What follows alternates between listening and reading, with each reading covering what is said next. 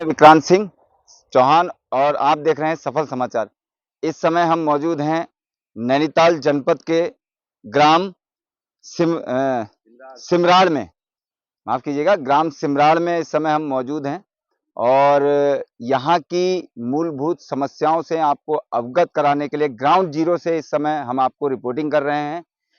यहाँ पर बहुत सी ऐसी समस्याओं का सामना हमको, हमारी टीम को भी करना पड़ा, क्योंकि ये इलाका जो है वो, इसे हम दूरस्थ भी नहीं कह सकते। ये राष्ट्रीय राजमार्ग से सटा हुआ मात्र 4 से 5 किलोमीटर दूर का इलाका है, जो कि आप देख सकते हैं, मैं कैमरामैन से बोलूंगा, तस्वीरों में साफ देख सकते हैं, ये सड़क है जो राष्ट्रीय राजमार्ग को जोड़ती है और इस सड़क से ही लोग आवाजाही करते हैं, यहाँ के ग्रामवासी, जो कि यहाँ से 4 से 5 किलोमीटर दूर राष्ट्रीय राजमार्ग है। तो इन समस्याओं को लेकर आज हम मौजूद हैं इस ग्राम में। हमारे पीछे ग्रामवासी मौजूद हैं और जैसा कि आप सबको पता है, ज्ञात ही होगा कि उत्तराखंड में त्रिस्तरीय पंचायत चुनाव का बिगुल बज चुका है, जिसमें 24 जुलाई पहला चरण और 28 जुलाई दूसरा चरण मतदान होना है। इस क्षेत्र में 24 जुलाई को मतदान होना है। हमारे साथ यहाँ के ग्रामवासी हैं और जो यहाँ के प्रधान प्रत्याशी संजय गुणवंत जी, वो भी यहाँ पर मौजूद हैं। हम उनसे जानने की कोशिश करेंगे आखिर किन मुद्दों को लेकर वो चुनाव मैदान में, इस रण में कूदे हैं और क्या वो इन मुद्दों को पूरा कर पाएंगे जो जो जनता से वादा कर रहे हैं। मैं कैमरामैन से कहूँगा थोड़ा नजदीक आ जाएं। बहुत बहुत स्वागत है आपका संजय जी हमारे सफल समाचार में। और मेरा पहला प्रश्न आपसे यही रहेगा कि आप किन मुद्दों को लेकर, आपको कैसा महसूस हुआ कि मेरे को ये चुनाव लड़ना चाहिए, प्रधान का चुनाव लड़ना चाहिए? धन्यवाद। मैं संजय गुणवंत ग्राम सभा सिमराड़ से ग्राम प्रधान पद का उम्मीदवार हूँ। सबसे पहले मैं आपको धन्यवाद अदा करता हूँ कि आपने हमारे इस गाँव में आने के लिए आप यहाँ पर आए, हमारी मूलभूत आवश्यकताओं को जानने के लिए आप यहाँ पर पधारे। नंबर 1, जैसे कि आप देख रहे हैं, हमारा गाँव जो है, हमारा जो गाँव की ये सड़क है, इसे लगभग बने हुए 10 साल हो गए हैं। 10 साल में कई बार विभागीय पत्राचार करने के बाद भी कोई भी विभागीय अधिकारी इसकी सुध लेने को तैयार नहीं है। बीच में मेरे ही द्वारा, मेरे भाइयों के द्वारा इसके लिए यहाँ पर जेईई और एई साहब को बुलाया गया। उनने हमें यह आश्वासन दिया है कि चुनाव होने के तुरंत बाद इस पर कार्रवाई की जाएगी और यह जो ये सड़क जारी है, ये सड़क हमारे गाँव के लगभग आगे 10 से 15 गाँव को और जोड़ती है, सिमराड़ ग्राम सभा से लगे हैं। जो आगे जो हमारा जो मेन ये सड़क का उद्देश्य है, ये सड़क का उद्देश्य नंबर 1 तो ये हमारे गाँव के लिए बहुत ज़रूरी है। क्यों? क्योंकि हमारे गाँव से बहुत दूर हमारे अस्पताल दूर हैं। यहाँ पर कोई प्रसव पीड़ा होती है, कोई बीमार होता है, कोई अन्य कोई छोटी-मोटी समस्याओं के लिए हमारी ये सड़क बहुत मूलभूत है। नंबर 2 चीज़ है, यहाँ का पलायन हो रहा है। पलायन हो रहा है तो यहाँ कोई क्षेत्रवासी रुकने को तैयार नहीं है। यहाँ नंबर 3, यहाँ जंगली जानवरों का खतरा है। चौथी चीज़ है कि हमारे पड़ोस में ही यहाँ पर वाटरफॉल है और वहाँ पर पक्की सड़क ना होने के कारण अगर हम उसे इको टूरिज़्म का बढ़ावा दें, तो सारी चीज़ें हो सकती हैं। और मेरे कुछ ये शपथ पत्र हैं, जो घोषणाएँ हैं, जो मैं अपने प्रधान बनने के बाद इन सभी पर ध्यान दूँगा। जिसमें नंबर 1 है, हमारे गाँव के जितने भी कच्चे सड़क हैं, जितनी भी क कच्चे रास्ते हैं, इन सबको मैं पक्का करने पर जोर दूँगा। नंबर 2 चीज़, मेरी गाँव की जो पंचायत है, उसे अत्याधुनिक चीज़ों से मैं लेस करूँगा, जिससे हमारे ग्राम सभा के सारे लोग बैठ के उसमें आपसी विचार रख सकें और ग्राम के योगदान में, गाँव के समग्र विकास में पूरी ग्राम सभा को लेके चल सकें। क्या इससे पहले जो पिछली पंचवर्षीय ग्राम सभा रही, जिसके प्रधान जो भी यहाँ रहे होंगे, पूर्व प्रधान, क्या वो इन सब समस्याओं से पहले अवगत नहीं थे? ये तो क्योंकि मेरे को ये देख के नहीं लगता कि ये समस्या हाल फिलहाल की है। ये तो बहुत पुरानी समस्या है, क्योंकि रोड यहाँ नहीं है। ऐसा नहीं है कि रोड था और टूट गया, रोड यहाँ है ही नहीं। लोक निर्माण विभाग की तरफ से कोई कार्य नहीं हुआ है। क्या उन्होंने कभी ये समस्याएं नहीं उठाई? लोक निर्माण विभाग की तरफ से ऊपर, थोड़ी-सी ऊपर एक बीच में पुल बनी थी, जब 2021 में आपदा आई, तो पुल खाली कच्ची पुल थी। उसमें केवल पत्थरों की सीमेंट का लेप था, बाकी वो पुल नहीं थी। बाद में हमारे द्वारा, जब ग्रामवासियों द्वारा बीच में इसका ज्ञापन दिया गया, मेरे द्वारा ही ज्ञापन दिया गया, वो अजय भट्ट सांसद महोदय और विधायक महोदया श्रीमती सरिता आर्या जी को दिया गया। उसके बाद जेईई और एई साहब से बात करने के बाद इसमें 21 अक्टूबर 2024 को 2 करोड़ 19 लाख की गार्डर पुल, लोहे की स्टील पुल के लिए ये शासन के पास इसका शासनादेश पक्की पुल के लिए जा चुका है। कोई अभी तक जनप्रतिनिधि, जो यहाँ के क्षेत्रीय जनप्रतिनिधि हैं, वो कभी आए, ग्राउंड रिपोर्ट उन्होंने यहाँ देखी आके कि क्या-क्या समस्याएँ हैं? नहीं, ऐसा कोई जनप्रतिनिधि आज तक नहीं आया। आज तक कोई जनप्रतिनिधि आया है? चुनाव के लिए सिर्फ खोखले वादे करते हैं और कोई नहीं आता है और इन्हीं खोखले वादों के कारण मैंने ये ठान रखा है कि अब गाँव के विकास के लिए मैं ज़िम्मेदारी लूँगा और मेरे जैसे पीछे जितने युवा हैं, ये गाँव के समग्र विकास में मेरा ये समर्थन देंगे और भरपूर समर्थन जिस देंगे। प्रकार से चुनावी समर जब आता है, तो सारे ही प्रत्याशी प्रलोभन देते हैं कि हम ये विकास करेंगे, वो विकास करेंगे। जनता आप पर क्यों भरोसा करे? क्यों आप पे भरोसा दिखाए कि आप जीतने के बाद ये कार्य करेंगे? उसकी क्या गारंटी देते हैं आप? इसकी गारंटी ये देता हूँ, जनता मुझे पिछले 29 साल से जानती है।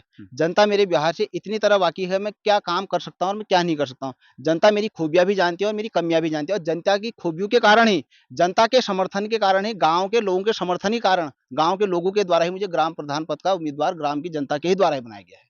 जी, ग्राम की जनता के द्वारा इनको प्रधान पद का प्रत्याशी बनाया गया है और जनता से इन्होंने वादे किए हैं कि मैं अगर प्रधान नियुक्त होता हूँ, तो इस क्षेत्र का संपूर्ण विकास होगा। शासन से और जो यहाँ के क्षेत्रीय जनप्रतिनिधि हैं, शासन प्रशासन से अपनी ग्राम सभा की बातों को रखूँगा और उन कामों को जल्द से जल्द, जो यहाँ की मूलभूत समस्याएँ हैं, उनको जल्द से जल्द उनका निराकरण करवाऊँगा। मैं बात करना चाहूँगा, और भी यहाँ पर मौजूद हैं ग्रामवासी, मैं उनसे भी बात करना चाहूँगा। क्या कहना चाहेंगे? क्या नाम है आपका? थोड़ा इधर आ जाइए।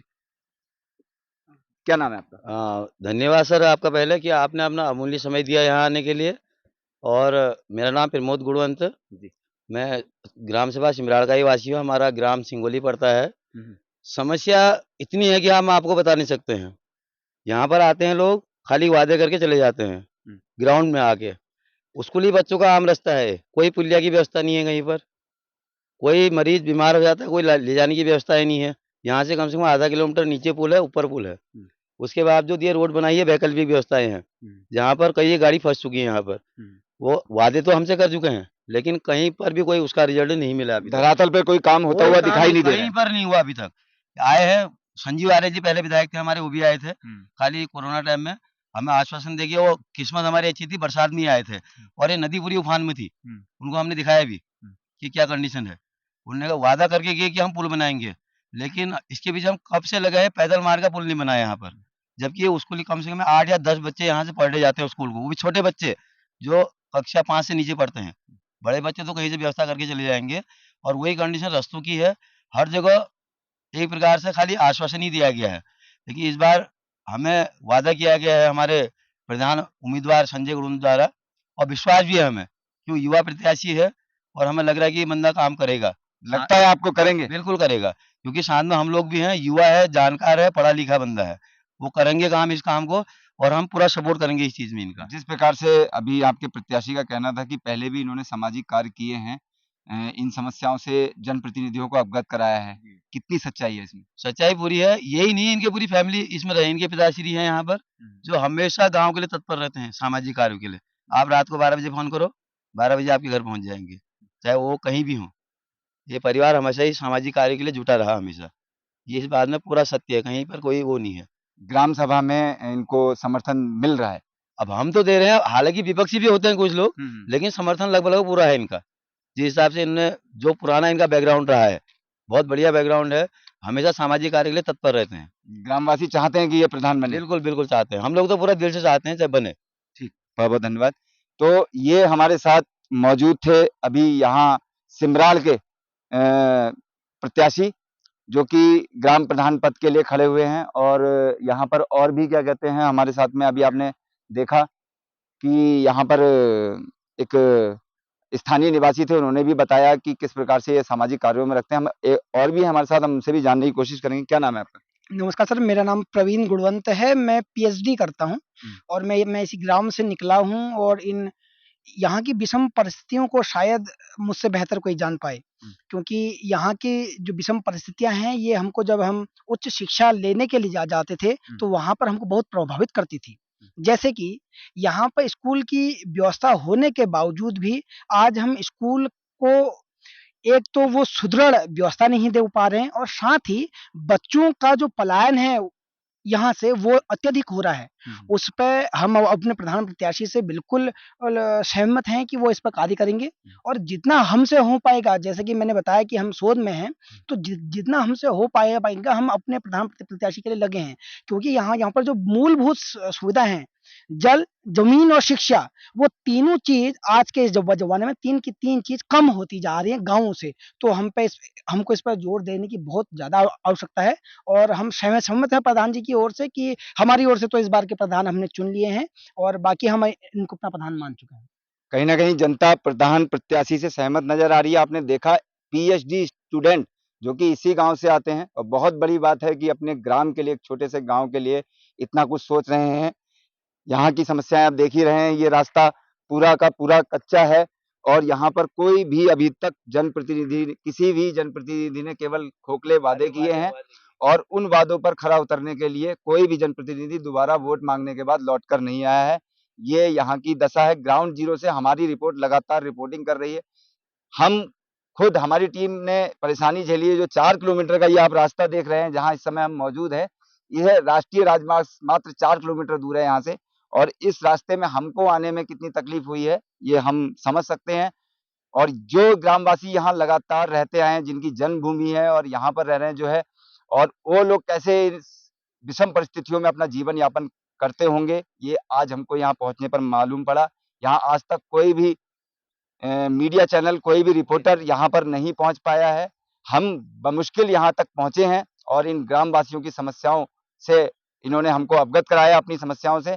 मैं अपने न्यूज़ चैनल के माध्यम से ये पूरा कवरेज आपको दिखा रहा हूँ, यहाँ की समस्याएं से अवगत करा रहा हूँ, और यहाँ के जो जनप्रतिनिधि हैं वो कभी आज तक यहाँ लौट कर नहीं आए, जैसा कि यहाँ की जनता ने आपको बता ही दिया है। और तो ये हमारी ग्राउंड रिपोर्ट थी, और इसी के साथ मैं विक्रांत सिंह, सफल समाचार। धन्यवाद।